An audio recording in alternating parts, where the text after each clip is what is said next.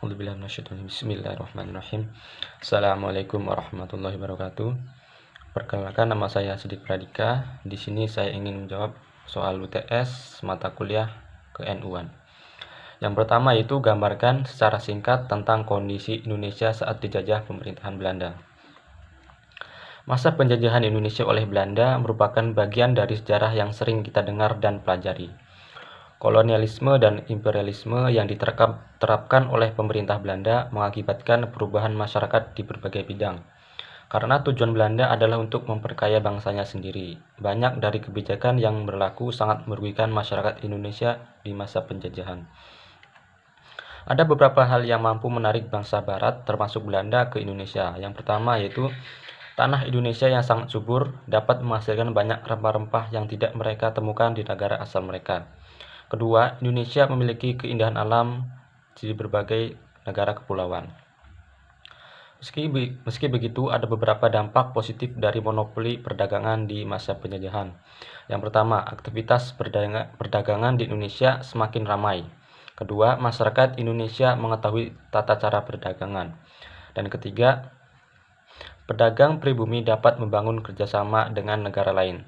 Dan terakhir, masyarakat Indonesia dapat memperoleh informasi mengenai komoditas yang laku di pasaran.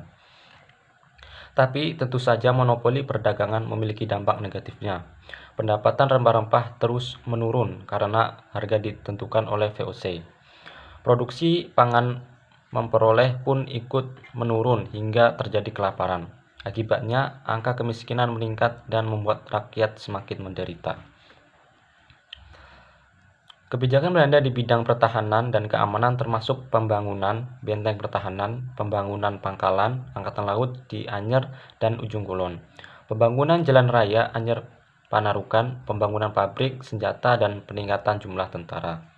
Di bidang pemerintahan, Belanda mengeluarkan kebijakan meliputi memperbaiki gaji pegawai, memberantas korupsi, membagi Pulau Jawa menjadi 9 daerah, merombak sistem pemerintahan feodal, dan menjadikan Batavia sebagai pusat pemerintahan.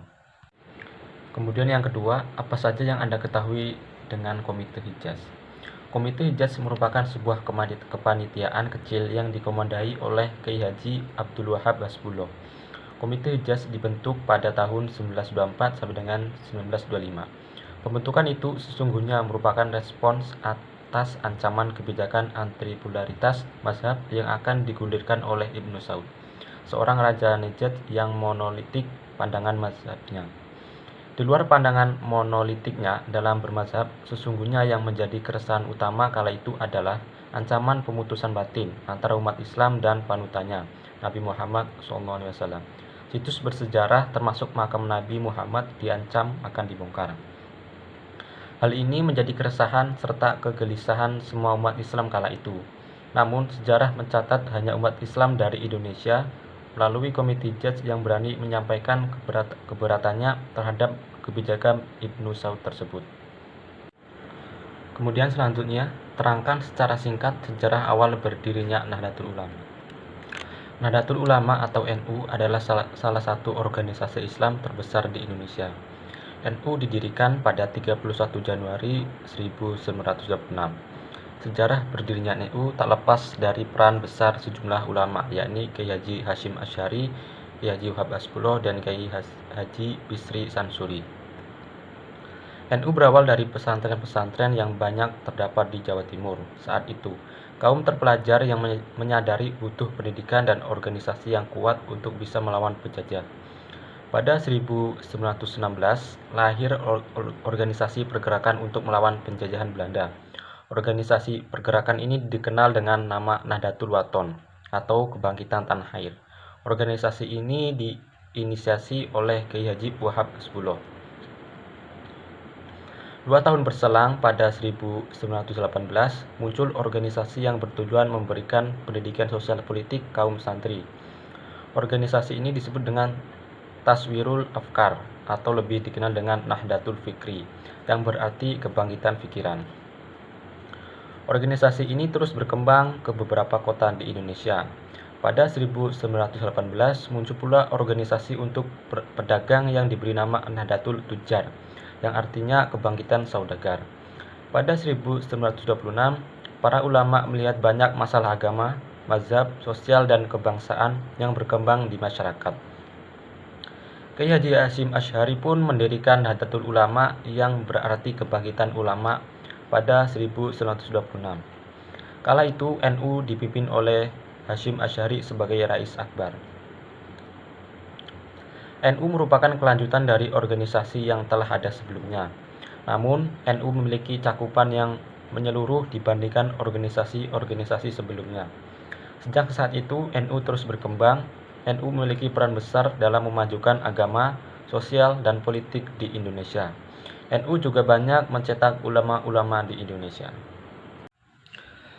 Selanjutnya, jelaskan makna filosofi dari lambang Nahdlatul Ulama. Nahdlatul Ulama atau NU adalah salah satu ormas keagamaan terbesar di Indonesia. Sering kali kita melihat lambang NU di berbagai tempat.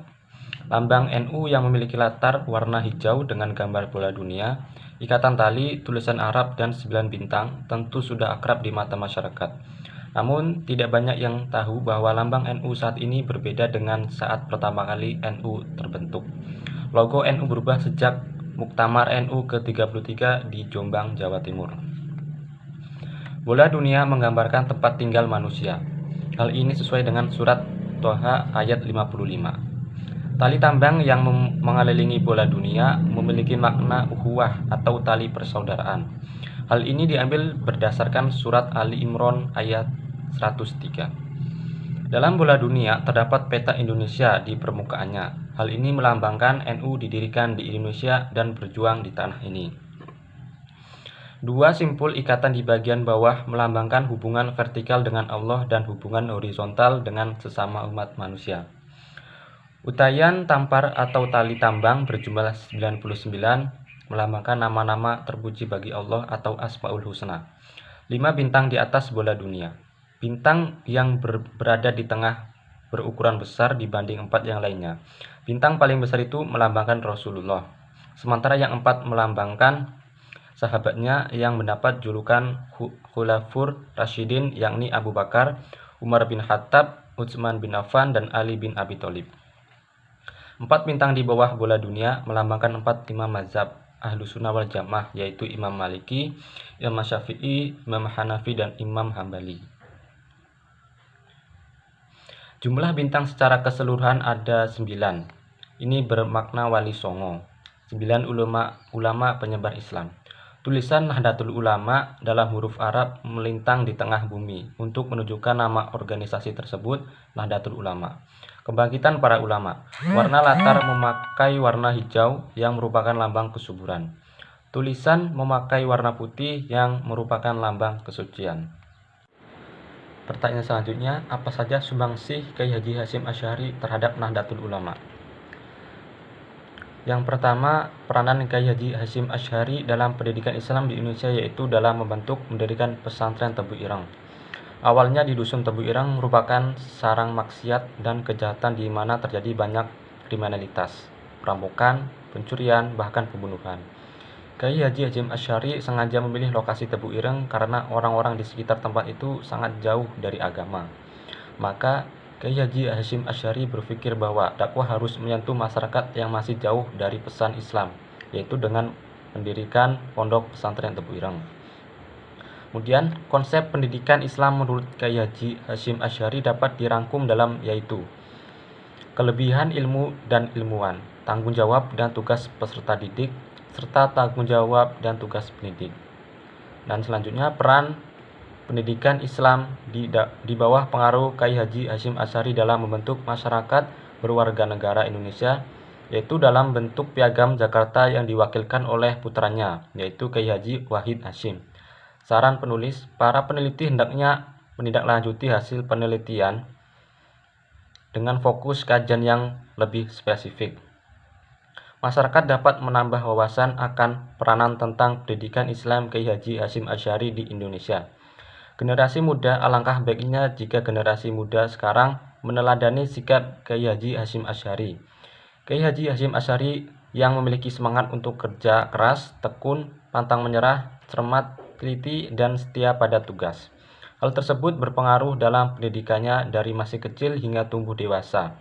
menjadikan beliau sebagai kiai yang sangat disegani dan dikenang di Indonesia. Kemudian apa saja sumbangsi Kiai Haji Wahab Hasbullah terhadap Nahdlatul Ulama?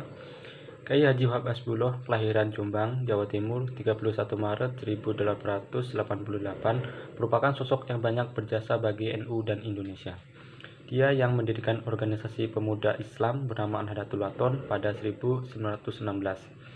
Selain menjadi ketua Komite Hijaz pada 1926, dia pun yang ikut membidani kelahiran NU.